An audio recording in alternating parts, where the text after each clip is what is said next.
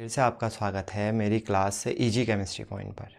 तो यहाँ पर हम क्लास 10th केमिस्ट्री में जो हमारा पहला चैप्टर यहाँ पर चल रहा था वो चल रहा था केमिकल रिएक्शंस एंड इक्वेशन। तो इस चैप्टर के कुछ टॉपिक हम देख चुके थे। अब इसमें आगे की ओर बढ़ते हुए अगला जो हमारा यहाँ पर चैप्टर है वो है अगला जो हमारा यहाँ पर टॉपिक है वो है टाइप ऑफ केमिकल रिएक्शंस, यानी कि रासायनिक अभिक्रियाओं के प्रकार। तो रासायनिक अभिक्रियाओं के प्रकारों की अगर हम बात करें तो यहाँ पर 5 प्रकार की रासायनिक अभिक्रियाओं को हमने पढ़ना है। ठीक है, तो इन अभिक्रियाओं में पहले प्रकार की जो अभिक्रिया है वो है कॉम्बिनेशन रिएक्शन, या इसको हम बोलते हैं संयोजन अभिक्रिया। दूसरे प्रकार की जो अभिक्रिया है वो है डिकम्पोजिशन रिएक्शन, या इसको हम वियोजन अभिक्रिया के नाम से जानते हैं। अगली रिएक्शन हम पढ़ेंगे डिस्प्लेसमेंट रिएक्शन, यानी कि विस्थापन अभिक्रिया। चौथे प्रकार की अभिक्रिया हम पढ़ेंगे डबल डिस्प्लेसमेंट, यानी कि द्विविस्थापन अभिक्रिया। और अंतिम जो यहाँ पर अभिक्रिया हम पढ़ेंगे वो है रिडॉक्स रिएक्शन, या इनको हम उपचय उपचय अभिक्रिया भी कहते हैं। तो पहले यहाँ पर जो हम अभिक्रिया पढ़ेंगे वो पढ़ेंगे कॉम्बिनेशन रिएक्शन, और इसको एडिशन रिएक्शन के नाम से भी हम जानते हैं। कॉम्बिनेशन रिएक्शन, एडिशन रिएक्शन, या इसी को क्या कहा जाता है, संयोजन अभिक्रिया। ठीक है, तो संयोजन अभिक्रिया की अगर हम बात करें तो संयोजन अभिक्रिया में क्या होता है कि जब कोई भी ऐसी रासायनिक अभिक्रिया जिसमें दो या दो से अधिक पदार्थ आपस में संयोग करते हैं और संयोग करने के पश्चात एक एकल उत्पाद का यहाँ पर निर्माण करते हैं। ठीक है, तो जो रिएक्टेंट होते हैं, रिएक्टेंट का नंबर यहाँ पर 2 या 2 से अधिक होता है, जबकि जो प्रोडक्ट हमारा बनता है वो प्रोडक्ट हमारा क्या होता है, केवल एक होता है। एक एकल यहाँ पर प्रोडक्ट बनता है, सिंगल प्रोडक्ट का यहाँ पर निर्माण होता है। तो ऐसी जो अभिक्रियाएँ होंगी उनको हम संयोजन अभिक्रियाएँ या केमिकल कॉम्बिनेशन रिएक्शन कहते हैं। ठीक है, तो अगर हम एग्जाम्पल की बात करें तो सिंपल एग्जाम्पल द्वारा हम इसको दर्शाएंगे। ए बी सी, यहाँ पर 3 पदार्थ हमारे हैं, एक पदार्थ ए है, दूसरा बी है, तीसरा सी है। तीनों के बीच आपस में अभिक्रिया हो रही है और अभिक्रिया के फलस्वरूप जो पदार्थ हमारे बन रहे हैं वो पदार्थ बन रहे हैं ए बी और सी। तीनों पदार्थ क्या होंगे, एक दूसरे से जुड़ जाएंगे। ठीक है, इसी प्रकार अगर हम देखें 2 पदार्थ है हमारे पास ए और बी, यहाँ पर जब अभिक्रिया हुई तो अभिक्रिया के फलस्वरूप हमारा क्या हो रहा है कि दोनों पदार्थ एक दूसरे से जुड़ रहे हैं, यानी कि क्या हो रहा है, यहाँ पर संयोग हो रहा है, एडिशन हो रहा है। ठीक है, इसके अलावा अगर हम कुछ अन्य अभिक्रियाएं देखें जैसे कार्बन की अभिक्रिया जब ऑक्सीजन के साथ होती है तो यहाँ पर बनता है कार्बन डाइऑक्साइड। तो 2 पदार्थ हैं आपस में अभिक्रिया कर रहे हैं और एक एकल उत्पाद का यहाँ पर निर्माण हो रहा है। इसी प्रकार अगर हम देखें N2+3H2, ठीक है, नाइट्रोजन और हाइड्रोजन आपस में अभिक्रिया कर रहे हैं और अभिक्रिया करने के पश्चात यहाँ पर बन रहा है अमोनिया। तो ये भी हमारी क्या है, एक प्रकार की एडिशन रिएक्शन या कॉम्बिनेशन रिएक्शन है। इसी प्रकार अगर हम देखें सल्फर की क्रिया ऑक्सीजन के साथ हो रही है तो यहाँ पर भी क्या बन रहा है, सल्फर डाइऑक्साइड का यहाँ पर निर्माण हो रहा है। तो अगर हम इन तीनों अभिक्रियाओं में देखें तो इन अभिक्रियाओं में हमारे 2 पदार्थ हैं और जब उत्पाद हमारा बन रहा है तो उत्पाद क्या है, केवल सिंगल उत्पाद का निर्माण हो रहा है। ठीक है, तो ये तीनों ही अभिक्रियाएं हमारी किस प्रकार की अभिक्रियाएं हैं, एडिशन रिएक्शन या हमारे संयोजन अभिक्रियाएं हम इनको कहेंगे। ठीक है, दूसरे प्रकार की अभिक्रियाएं हम यहाँ पर आप पढ़ेंगे जो कि है डिकम्पोजिशन रिएक्शन। डिकम्पोजिशन रिएक्शन या इसको हम बोलते हैं वियोजन अभिक्रिया, वियोजन अभिक्रिया। ठीक है, अगर हम वियोजन अभिक्रिया की बात करें तो जो वियोजन अभिक्रियाएं होती हैं ये संयोजन अभिक्रियाओं के ठीक विपरीत होती हैं, क्योंकि संयोजन अभिक्रियाओं में क्या होता है कि 2 या 2 से अधिक पदार्थ आपस में मिलते हैं और एक एकल उत्पाद का निर्माण होता है। जबकि वियोजन अभिक्रियाओं में अगर हम देखें तो एक एकल हमारा अभिकारक होता है जो कि वियोजित होता है 2 या 2 से अधिक उत्पादों में, यानी कि एक एकल पदार्थ से 2 या 2 से अधिक पदार्थों का यहाँ पर निर्माण होगा। तो ऐसी जो अभिक्रियाएं होंगी उनको हम वियोजन अभिक्रिया या डिकम्पोजिशन रिएक्शन उनको हम कहेंगे। ठीक है, जैसे एग्जाम्पल है हमारा ABC, एक पदार्थ है जो कि ABC 3 कणों से मिलकर बना हुआ है। एक कण A है, B है तीसरा सी है। अब इन पदार्थों के बीच जब अभिक्रिया होती है या इसमें जब अभिक्रिया होती है तो हमारा यहाँ पर बनता है ए, बी और सी। तो यहाँ पर क्या हुआ, एक एकल पदार्थ था जो कि अभिक्रिया के फलस्वरूप 3 नए पदार्थों में विभाजित हो गया।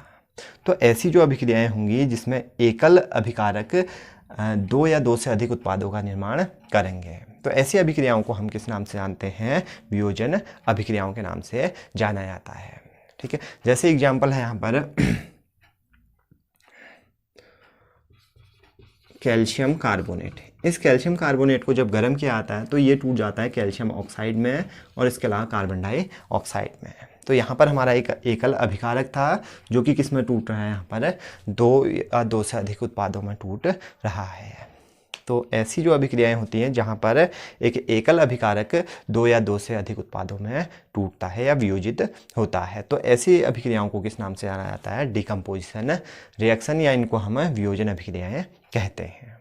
अब अगर हम वियोजन अभिक्रियाओं की बात करें तो जो वियोजन अभिक्रियाएं होती हैं 3 प्रकार की होती है, या जो वियोजन होता है रासायनिक अभिक्रियाओं में, वो उसके लिए 3 कंडीशन यहाँ पर अप्लाई होती हैं, या 3 प्रकार से यहाँ पर रासायनिक अभिक्रियाओं में वियोजन की क्रिया होती है, या रासायनिक पदार्थ 3 प्रकार से वियोजित होते हैं। सबसे पहला हमारा यहाँ पर जो वियोजन अभिक्रिया है वो वियोजन अभिक्रिया है ऊष्मीय वियोजन, या इसको हम थर्मल डिकम्पोजिशन,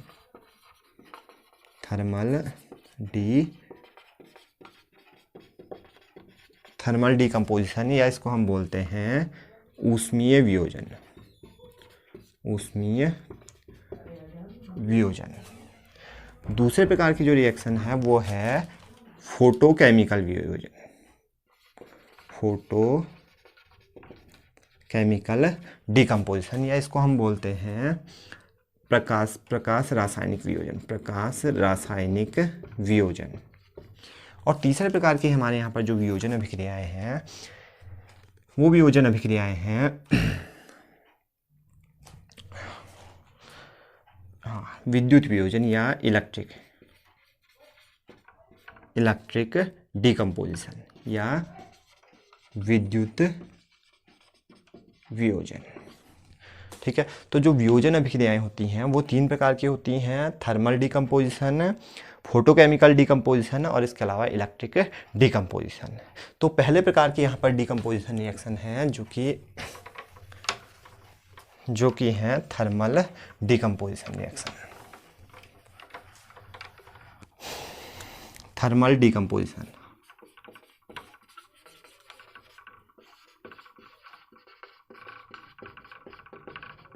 थर्मल डिकम्पोजिशन या ऊष्मीय वियोजन। अगर हम ऊष्मीय वियोजन की बात करें तो ऊष्मीय वियोजन अभिक्रियाओं में क्या होता है कि कोई भी वियोजन अभिक्रिया अगर ऊष्मा के प्रभाव में हो रही है या वियोजन पदार्थ के वियोजन होते समय उसे बाहर से कुछ ना कुछ ऊष्मा प्राप्त हो रही है, तो ऐसी जो हमारी वियोजन अभिक्रियाएं होती हैं उनको हम क्या बोलते हैं, ऊष्मीय वियोजन या थर्मल डिकम्पोजिशन रिएक्शन। ऐसे रिएक्शंस को हम कहते हैं।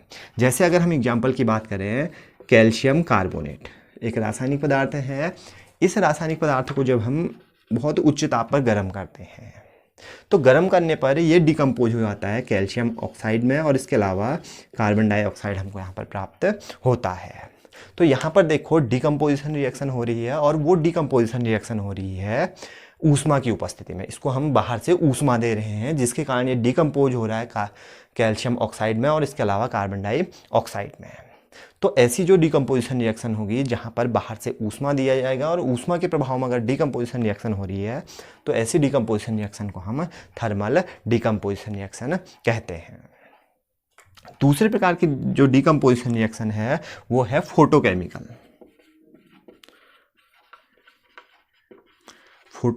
Decomposition reaction. अब अगर हम फोटोकेमिकल डिकम्पोजिशन रिएक्शंस की बात करें तो फोटोकेमिकल डिकम्पोजिशन रिएक्शन में क्या होता है कि यहाँ पर डिकम्पोजिशन रिएक्शन होती है सूर्य के प्रकाश की उपस्थिति में।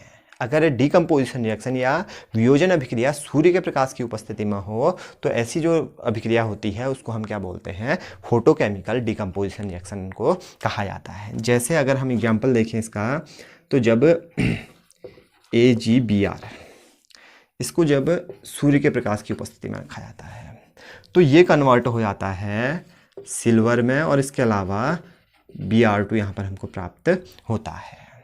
तो यहाँ पर भी डिकम्पोजिशन हुआ, पदार्थ जो है, जो सिल्वर ब्रोमाइड है, ये डिकम्पोज हुआ सिल्वर में और इसके अलावा ब्रोमीन में।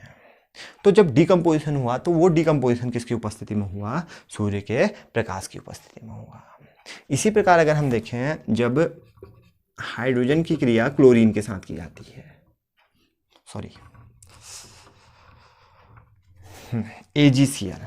AgCl, इसको भी जब सूर्य के प्रकाश की उपस्थिति में रखा जाता है AgCl को, तो यहाँ पर ये डिकम्पोज होकर बनाता है 2Ag का निर्माण करता है और इसके अलावा यहाँ पर Cl2 का निर्माण होता है। तो यहाँ पर भी जो सिल्वर क्लोराइड है, इसको जब सूर्य के प्रकाश की उपस्थिति में रखा तो ये डिकम्पोज हुआ सिल्वर में और इसके अलावा क्लोरीन का यहाँ पर निर्माण हुआ। ठीक है, तो ये डिकम्पोजिशन रिएक्शन किसकी प्रेजेंस में हो रही है? सनलाइट की प्रेजेंस में हो रही है। ठीक है, तीसरे जो डिकम्पोजिशन रिएक्शन है वो है इलेक्ट्रिक डिकम्पोजिशन।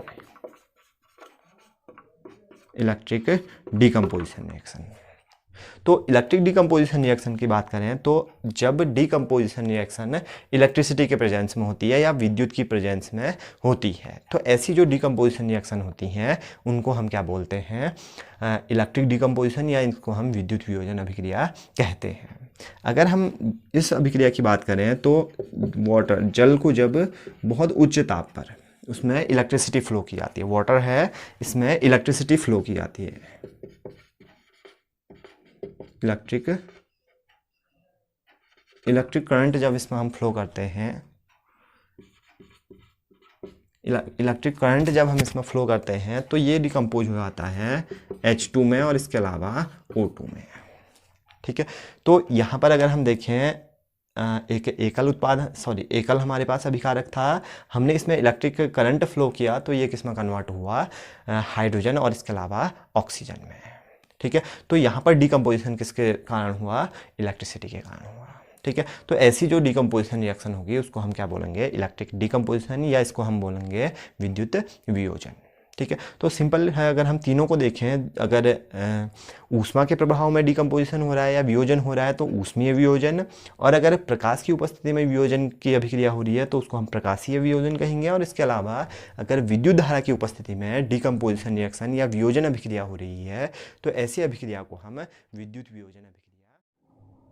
अगली जो रिएक्शन है वो रिएक्शन है डिस्प्लेसमेंट रिएक्शन या विस्थापन अभिक्रिया।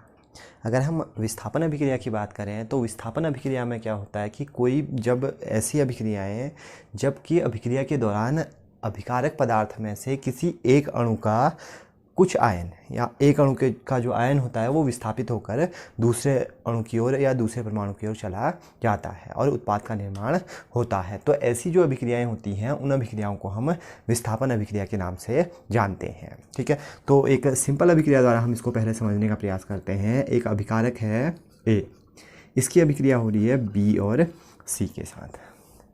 जब यहाँ पर अभिक्रिया होती है तो अभिक्रिया के दौरान क्या होता है कि जो हमारा दूसरा अभिकारक है, इस दूसरे अभिकारक का जो C होता है वो विस्थापित होकर A की ओर चल देता है और अभिक्रिया के फलस्वरूप जो उत्पाद हमारे बनते हैं वो बनते हैं AC प्लस B।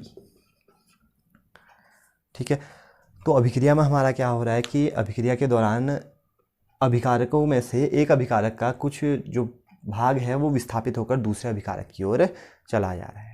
ठीक है, और नए प्रकार के उत्पादों का यहाँ पर निर्माण हो रहा है। तो ये अभिक्रिया हमारी विस्थापन अभिक्रिया कहलाती है। एक अन्य उदाहरण द्वारा अगर हम इसको समझें, जब जिंक की क्रिया कॉपर सल्फेट के साथ कराई जाती है तो हमारा यहाँ पर जो सल्फेट, जो SO4 आयन यहाँ पर होता है वो विस्थापित हो जाता है जिंक की ओर। तो यहाँ पर बनता है ZnSO4 बनता है और इसके अलावा यहाँ पर कॉपर का निर्माण होता है। इसी प्रकार अगर हम जब आयरन की अभिक्रिया कॉपर सल्फेट के साथ करते हैं तो यहाँ पर भी जो SO4 है ये विस्थापित हो जाता है Fe की ओर, तो FeSO4 बनता है और इसके अलावा यहाँ पर कॉपर का निर्माण होता है। तो ऐसी जो अभिक्रियाएं होंगी उनको हम डिस्प्लेसमेंट रिएक्शन या विस्थापन अभिक्रियाएं कहते हैं। जब अभिक्रिया के दौरान अणु में से उपस्थित जो आयन होते हैं वो विस्थापित हो जाते हैं दूसरे अणु अथवा परमाणु की ओर, तो ऐसी अभिक्रियाएं विस्थापन अभिक्रियाएं कहलाती हैं। अगली जो अभिक्रिया है वो है डबल डिस्प्लेसमेंट।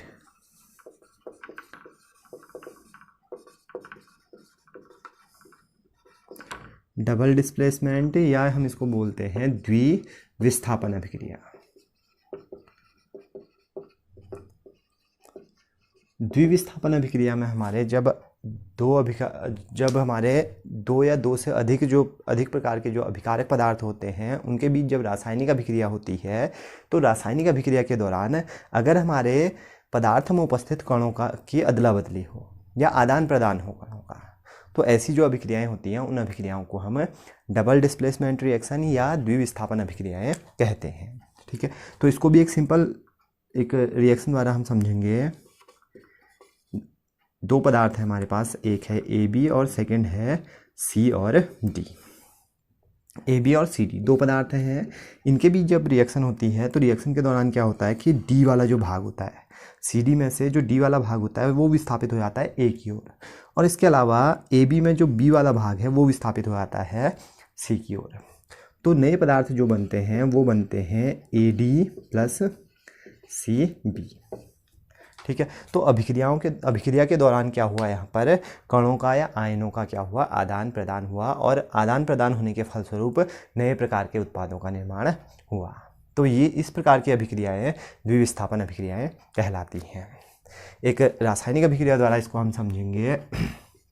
जब NaCl की क्रिया की जाती है सिल्वर नाइट्रेट के साथ, तो यहाँ पर जब अभिक्रिया होती है तो अभिक्रिया के दौरान क्या होता है, देखो जो NO3 है इसका विस्थापन हो जाता है सोडियम की ओर, और इसके अलावा जो Cl का विस्थापन हुआ है वो Ag की ओर हो जाता है। तो उत्पाद हमारा यहाँ पर बनता है NaNO3, सोडियम नाइट्रेट बनता है, और इसके अलावा दूसरा पदार्थ बनता है AgCl।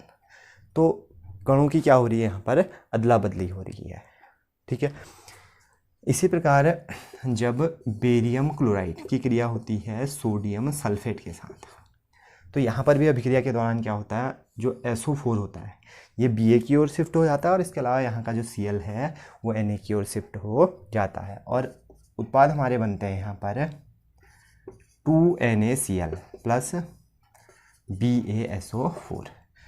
जो SO4 है ये Ba की ओर में शिफ्ट होकर बनाएगा BaSO4, और इसके अलावा जो Cl है ये Na के साथ शिफ्ट होकर बनाएगा NaCl।